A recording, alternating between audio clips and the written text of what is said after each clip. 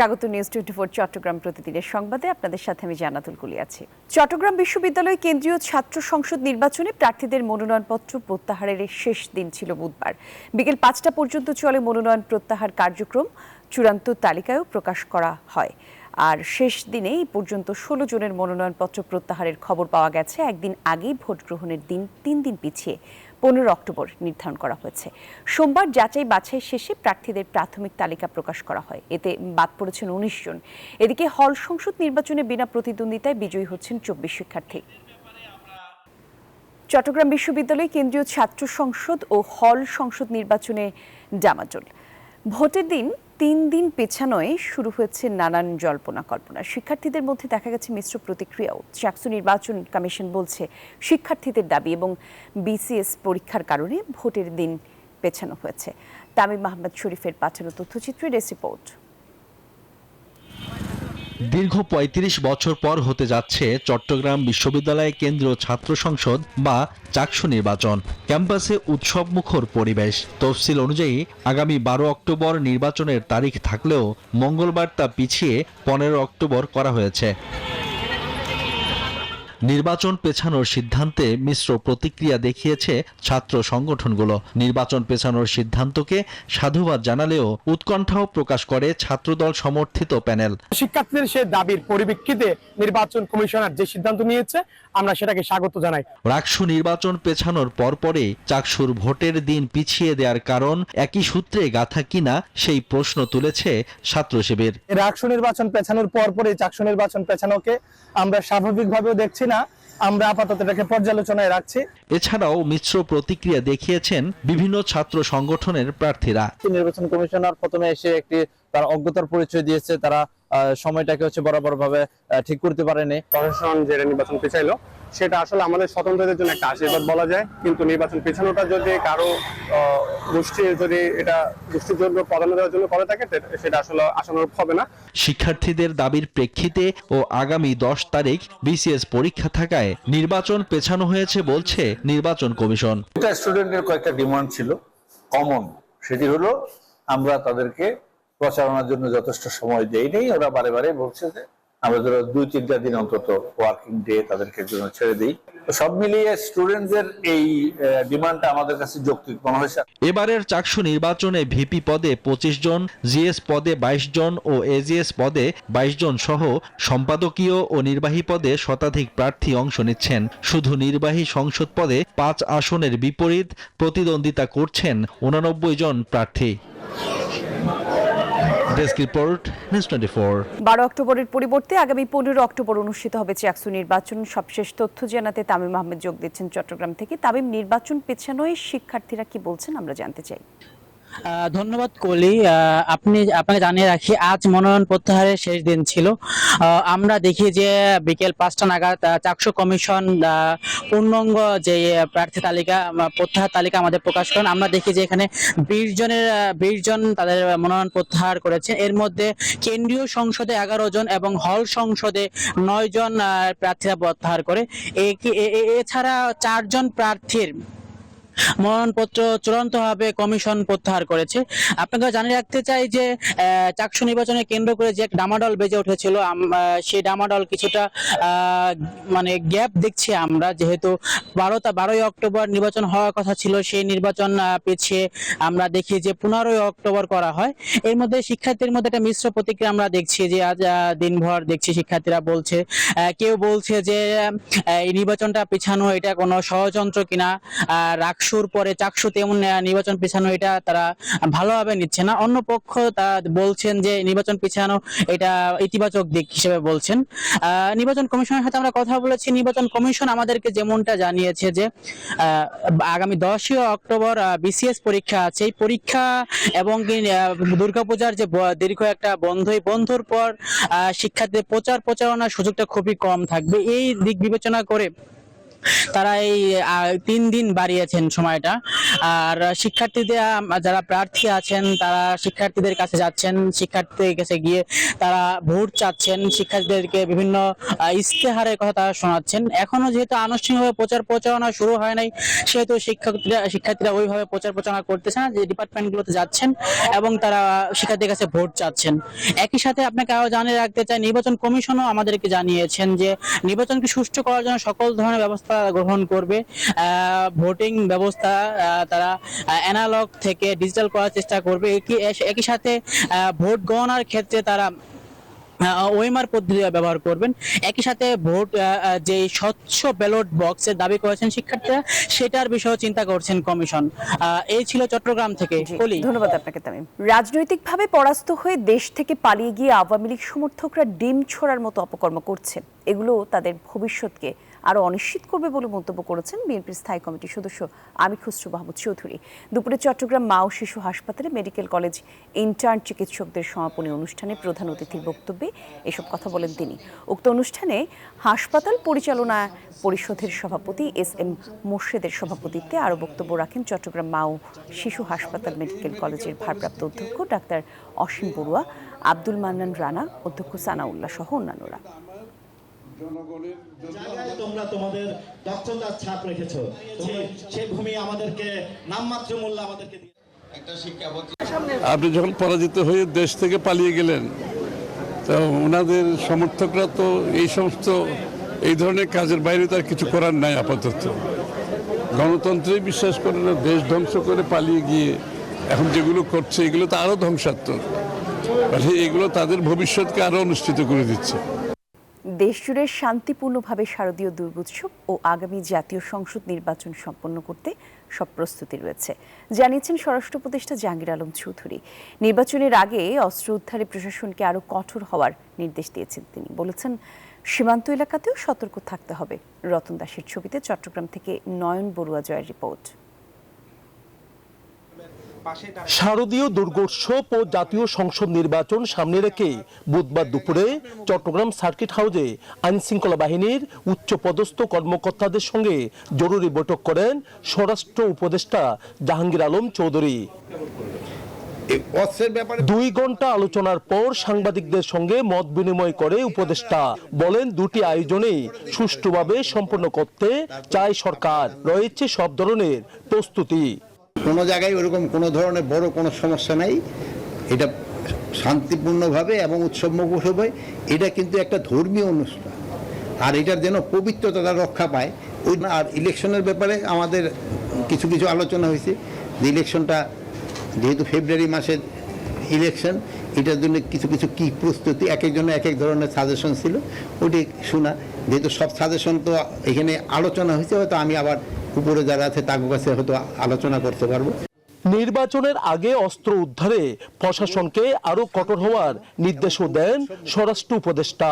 আইন শৃঙ্খলা বাহিনীর প্রস্তুতিও খুব ভালো এবং তাদের প্রশিক্ষণ কিন্তু শুরু হয়ে গেছে, এবং আপনারা জানেন যে আমরা অনেক সংখ্যক কিন্তু তাদের বাড়িয়ে দিয়েছি, এবং সেনাবাহিনী, নৌবাহিনী এবং বিমান বাহিনী সবাই কিন্তু এবার ইলেকশনে থাকবে। এখন ধরুন মাঠে 30,000 মতো আছে সেনাবাহিনী, ওই সময় প্রায় 1 লাখের মতো থাকবে সেনাবাহিনী। উপদেষ্টা বলেন, মাদক পাচারকারীদের দৌরাত্ম্য ঠেকাতে সীমান্ত এলাকার সতর্ক অবস্থান রয়েছে। এই ব্যাপারে সজাগ আছে প্রশাসন। নয়ন বড়ুয়া জয়, নিউজ 24, চট্টগ্রাম। আবারও চোখ রাঙাচ্ছে ডেঙ্গু, হাসপাতালে বাড়ছে রোগীর সংখ্যা। ডেঙ্গুর বিস্তারিত তথ্য জানতে চট্টগ্রাম থেকে আমাদের সহকর্মী নয়ন বড়ুয়া জয় আমাদের সঙ্গে যোগ দিচ্ছেন। তিনি আছেন চট্টগ্রাম মেডিকেলে। জয়ে, চট্টগ্রামে ডেঙ্গুর পরিস্থিতির সার্বিক খবর একটু জানতে চাই। ধন্যবাদ কলি আপনাকে। আমি চট্টগ্রাম মেডিকেলে আছি। সারা দেশে আবার ডেঙ্গু ভয়াবহ রূপ নিয়েছে। আমরা দেখতে পাচ্ছি চট্টগ্রামে হাসপাতালগুলোতে রোগীর সংখ্যা কিন্তু আবারও বাড়তে শুরু করেছে। চট্টগ্রাম মেডিকেলে আমরা দেখতে পাচ্ছি কিছুক্ষণ পর পর কিন্তু ডেঙ্গু আক্রান্ত রোগী আসতে শুরু করেছে। একই সাথে কয়েকদিন আগে কিন্তু অনেকটা স্বস্তি ফিরেছিল, যারা রোগী এখানে ভর্তি হয়েছিল তারাও কিন্তু সুস্থ হয়ে বাড়ি ফিরেছিল। তার কারণে চট্টগ্রাম মেডিকেলে যে ডেঙ্গু রোগীদের জন্য আলাদা করে ওয়ার্ড ঘোষণা করা হয়েছিল, সেই ওয়ার্ড থেকে কিন্তু তারা মেডিসিন বিভাগ করে, কিন্তু যেহেতু রোগীর সংখ্যা কমে গেছে তার কারণে মেডিসিন বিভাগ করা হয়েছে। চিকিৎসক যারা আছে শুধু আলাদা ডেঙ্গু রোগী না, বিভিন্ন রোগে আক্রান্ত তারা কিন্তু সেখানে ভর্তি হয়েছিল। এখন আবার দেখা যাচ্ছে ভয়াবহ রূপ নিচ্ছে। মানুষের যে একটু সচেতনতা দরকার, যেহেতু বৃষ্টি হচ্ছে, সেই বৃষ্টির কারণে এরকম প্রকট ধারণ করছে বলে মনে করছেন সিভিল সার্জন যেমনটা জানিয়েছেন যে কিছুদিন পর কিন্তু আসলে কিছুটা স্বস্তি ফিরতে পারে মানুষ যদি একটু সচেতন হয়। কিন্তু সামনে আবার শীতকাল আসতেছে, তো ঠান্ডার মধ্যেও কিন্তু আসলে ডেঙ্গু বা চিকুনগুনিয়া এগুলির এই রোগের সংক্রমণ অনেকটা বাড়তে পারে, একই সাথে করোনার সংক্রমণ কিন্তু বাড়তে পারে এমন সংখ্যায় কিন্তু তারা জানিয়েছেন। তারা বলছেন যে মানুষের যে একটু সচেতনতা, সেই সচেতনতা যদি থাকে তাহলে কিন্তু ডেঙ্গু থেকে শুরু করে ভয়ানক যে ব্যাধিগুলো, সেই ব্যাধি থেকে কিন্তু অনেকটা রেহাই পাওয়া সম্ভব বলে তারা মনে করছেন। তবে মেডিকেলগুলো প্রস্তুত আছে বলে আমাদেরকে জানিয়েছেন। সরকারি মেডিকেলের পাশাপাশি বেসরকারি মেডিকেলও কিন্তু চিকিৎসা হচ্ছে বলে জানিয়েছেন। এই ছিল আমার এখানকার সর্বশেষ। ফিরে যাচ্ছি স্টুডিওতে কলির কাছে। ধন্যবাদ। দুর্গাপূজা ঘিরে দেশ জুড়ে মণ্ডপে মণ্ডপে চলছে শেষ মুহূর্তের প্রস্তুতি। এখন রং তুলি আঁচড় দিতে ব্যস্ত শিল্পীরা। রাঙামাটি থেকে এ বিষয়ে আরো তথ্য জানাবেন সহকর্মী ফাতেমা জান্নাত মোমো। মোমো, একটু জানাবেন। পাড়ার দুর্গা মাতৃ মন্দিরে আসন্ন দুর্গাপূজা উৎসবকে কেন্দ্র করে ব্যাপকভাবে সাজানো হয়েছে প্রতিমা মূর্তিগুলোকে। রং তুলির আঁচড় এরই মধ্যে শেষ হয়েছে। এখন চলছে দেবী দুর্গার সাজসজ্জার কাজ। লাইটিং হচ্ছে, একই সাথে গহনাও পরানো হচ্ছে। আর মাত্র কয়েকদিন পরেই কিন্তু আনুষ্ঠানিকভাবে সারা দেশে একই সাথে উদযাপিত হতে যাচ্ছে শারদীয় দুর্গাপূজা উৎসব। এই দুর্গাপূজাকে কেন্দ্র করে মন্দিরে মন্দিরে নানা কারুকাজ, লাইটিং এবং নানা ডিজাইনে সাজানো হয়েছে প্রতিমা মূর্তিগুলোকে। রাঙামাটিতে এবার 41টি মণ্ডপে অনুষ্ঠিত হচ্ছে দুর্গাপূজা উৎসব। এই দুর্গাপূজার মধ্য দিয়ে রাঙামাটিতে পাহাড়ি, বাঙালি, হিন্দু, বৌদ্ধ, খ্রিস্টান সকল জাতিগোষ্ঠী যাতে এই দুর্গাপূজার মধ্য দিয়ে সম্প্রীতির মিলবন্ধন রচনা করতে পারে সে বিষয়ে বিশেষ নজরদারি রাখা হয়েছে। একই সাথে রাঙামাটির পূজা মণ্ডপগুলোকে 4 স্তরের নিরাপত্তার ব্যবস্থা করা হয়েছে। একই সাথে সিসিটিভির ক্যামেরার আওতায়ও আনা হয়েছে যাতে ভক্ত, অনুরাগীরা এবং দর্শনার্থীরা সুন্দরভাবে এই দুর্গাপূজা পালন করতে পারে, উপভোগ করতে পারে, আনন্দ উল্লাস করতে পারে সেই বিষয়েও কিন্তু নজরদারি রাখা হয়েছে। একই সাথে রাঙামাটিতে ক্ষুদ্র নৃগোষ্ঠীর মধ্যেও ত্রিপুরাপল্লীতে এবার দুর্গাপূজা অনুষ্ঠিত হতে যাচ্ছে। ত্রিপুরাপল্লীতেও আমরা দেখতে পেয়েছি নানা কারুকাজে, নানা ডিজাইনে কিন্তু প্রতিমাগুলোকে সাজানো হচ্ছে।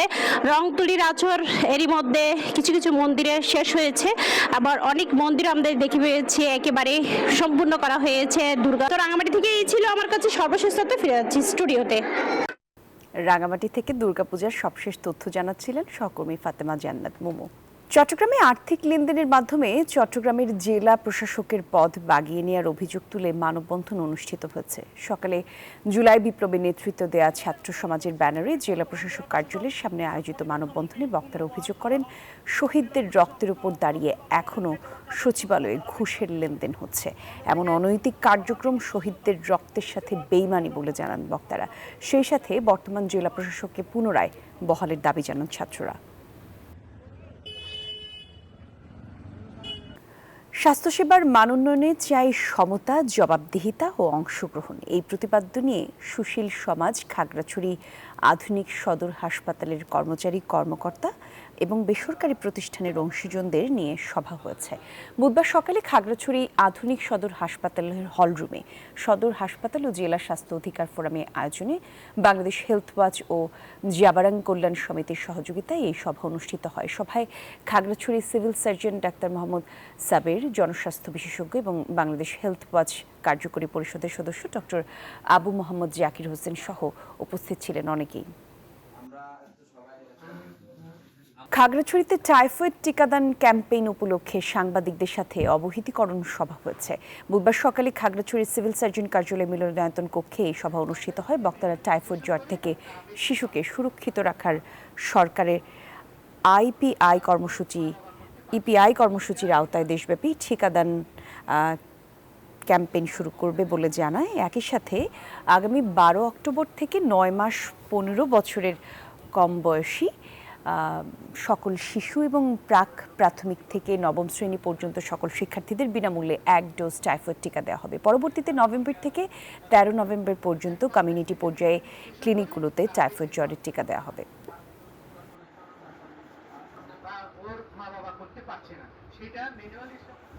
খাগড়াছড়ি জেলা মডেল মসজিদের নির্মাণ কাজ শুরু হলেও শেষ হয়নি।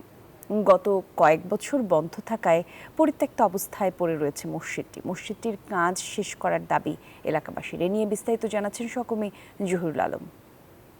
খাগড়াছড়ি জেলা মডেল যে মসজিদটি রয়েছে নির্মাণাধীন, এখানে এই কাজটি শুরু করা হয় 2019 সালে। 2019 সাল থেকে কাজ শুরু হওয়ার পর থেকেই কিছুদিন চলার পর কাজটি এখন দীর্ঘ কয়েক বছর ধরে বন্ধ রয়েছে। 50 শতক জায়গার উপর খাগড়াছড়ি সদর উপজেলা মাঠের কাছেই এই ভবনটি 4 তলা বিশিষ্ট নির্মাণ করছেন গণপূর্ত বিভাগ। গণপূর্ত বিভাগের যিনি প্রকৌশলী রয়েছেন এই কাজের দায়িত্বে মোহাম্মদ আলমগীর হোসেন, তিনি আমাদেরকে জানিয়েছে 14,67,00,000 টাকা ব্যয়ে এই কাজটি নির্মিত হচ্ছে। আমি যদি একটু পেছন ফিরে দেখাতে চাই তাহলে এখানে দেখা যাচ্ছে যে কাজটি পরে আছে পরিত্যক্ত অবস্থায়। প্লাস্টার কাজ হলেও এখানে টাইলস এবং ভিতরে যে জানলা দরজা এগুলোর কাজগুলো এখনো হাত দেওয়া হয়নি। আমাদেরকে যিনি রয়েছেন প্রকৌশলী তিনি আমাদেরকে জানিয়েছেন সেলিমেন ব্রাদার্স নামে একজন ঠিকাদারি প্রতিষ্ঠান এই কাজটি করছেন এবং তিনি তাদেরকে জানিয়েছেন যে সহসা ওনারা কাজটি ধরবেন। কিন্তু আমাদেরকে ইসলামিক ফাউন্ডেশনের যিনি উপপরিচালক রয়েছেন আনোয়ার কবির, তিনি আমাদেরকে জানিয়েছেন যে এখানে কাজটি শেষ না হওয়ায় ওনাদের চরম ভোগান্তির মধ্যে পড়তে হচ্ছে। বিশেষ করে ওনাদের যে জেলা সদরের যে অফিস রয়েছে এই অফিসটি এখানে স্থানান্তর হওয়ার কথা। তিনি এও জানিয়েছেন ডিসেম্বরে জয়েন করার পর থেকে উনি কাজটি দেখছেন এখানে পরিত্যক্ত অবস্থায় পড়ে রয়েছে। এই নিয়ে তিনি পিডব্লিউডি থেকে শুরু করে জেলা প্রশাসক মহোদয়ের যে সভা হয় সেখানেও উনি এটার জন্য দাবি রেখেছেন যে যাতে সহসা এই কাজটি শুরু করা হয়। কিন্তু ঠিকাদার বারবার এই কাজটির মেয়াদ বাড়লেও কিন্তু কাজ এখনো শেষ করতে পারেনি। খাগড়াছড়ির মডেল মসজিদ প্রাঙ্গণ এলাকা থেকে সর্বশেষ ছিল আমার এই পরিস্থিতি। এই ছিল নিউজ 24 চট্টগ্রাম প্রতিদিনের সংবাদে। ধন্যবাদ সবাইকে।